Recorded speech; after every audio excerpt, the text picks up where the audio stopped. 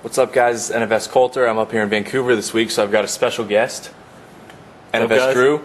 He's here. I'm here. And we're going to take you through a lap on Ambush Canyon. Drew, you can talk about your hot lap. So we laid down the hot lap earlier this week, and it's on, like Coulter just said, Ambush Canyon. You haven't raced it as much as I have. It's one of my favorite tracks. You kind of stick to the real GP tracks. True. So what car are we using? We were using the Chevrolet Corvette Stingray with the Works kit on it. And you made it look very, very nice. Yeah, I like it. I made it a candy black with some black rims. So we're going to walk you through the track. What time do you run for your hot lap? What did that have to be? I think I got 1:25.858. Okay, so somewhere in the 125s. Yeah. And I've just run it. May or may not been a little bit quicker than Drew. You got 123. A lot quicker. Yeah. So hopefully you'll get some good tips on here if you're having trouble beating Drew. Yeah. Even I learned something. And I've raced this tons of times. So we come down front straight, and your first brake point you're going to be looking for, and it's going to be in this long left-handed turn, is right before this downhill here. You'll see that the track starts to get dark right here, and that's where you're going to get hard on the brakes, albeit briefly, and that's going to take you around this left turn. Yeah. Here, and it's a long left, and you're just, what are you doing? Playing with the throttle the whole time? I mean, just get the car around? I usually pulse the throttle, but it sounds like you've got it about half throttle going. Yeah, I'm pulsing it too, going through. And as soon as you come around, it's a long left, so just stay on it. And if you find yourself going wide, try not to hit the brake. And definitely just let off the throttle and let the weight of the car come to the front, and that'll get those front tires. Otherwise, you're sliding off right into the wall. So.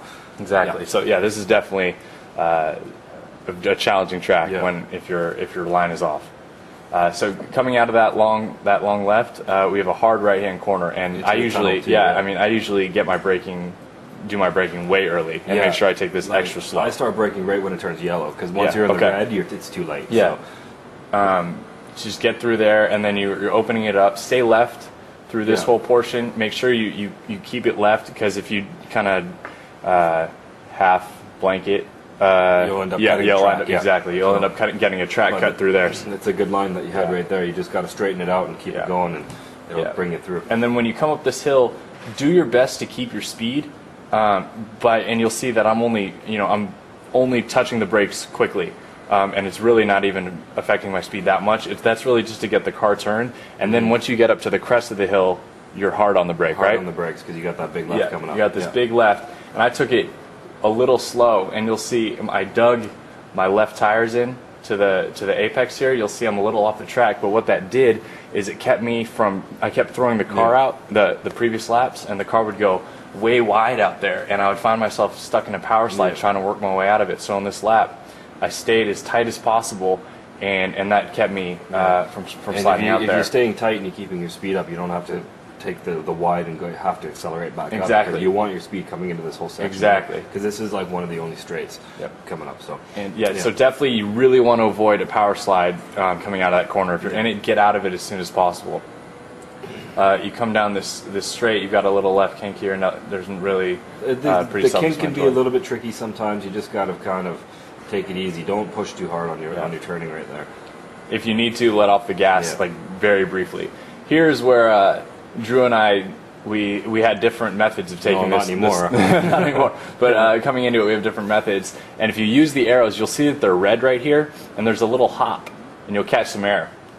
And what you want to do, or at least what I did, and I guess Drew is... This is what you want to do. It's much more effective, and it'll save you at least half a second off your time. So you're going to come into it, and you're going to be going pretty fast. You've come off this long straight, and you've got this little bunny hop, and you do not need to brake before it. You can jump it, and then as soon as you come down, you'll see is that, as soon as I'm in the air, and it's before I even hit the ground, I'm back on the brakes, making sure that the second the rubber touches the road, I'm already on the brakes, and you'll get that compression of all the weight coming down with the brakes, and that's going to slow you up just enough to get through that corner. Yeah, without bumping the wall or sliding around. Exactly.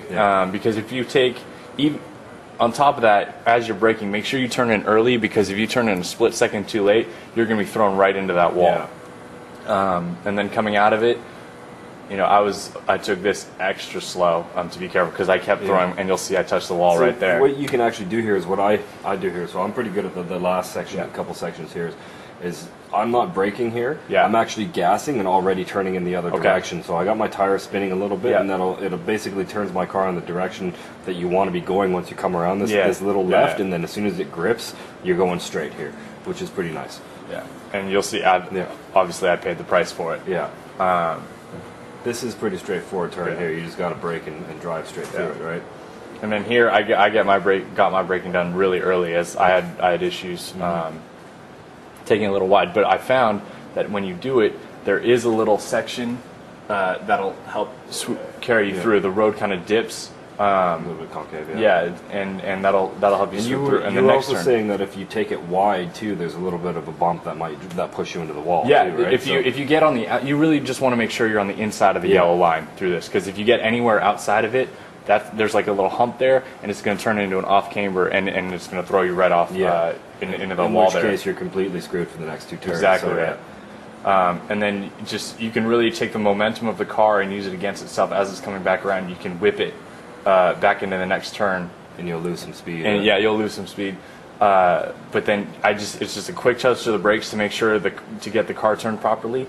And you'll see that there's like this small dip as the car goes through, and that just helps swoop it push it right through that right hand turn. Sweet. And here I touch the brakes again just to keep my speed down. Took this, I don't know why the screen turned black there. I barely scraped it. And then you can just dive right through there. Usually what I'm doing through here is playing with the throttle. I'm playing with the throttle just up and down, and it kind of keeps my speed up, but it's helping my car turn with all the weight transfer. So and because you're doing all that weight transferring, there's a chance when you get back on the gas here, the car is really going to want to get squirrely on you.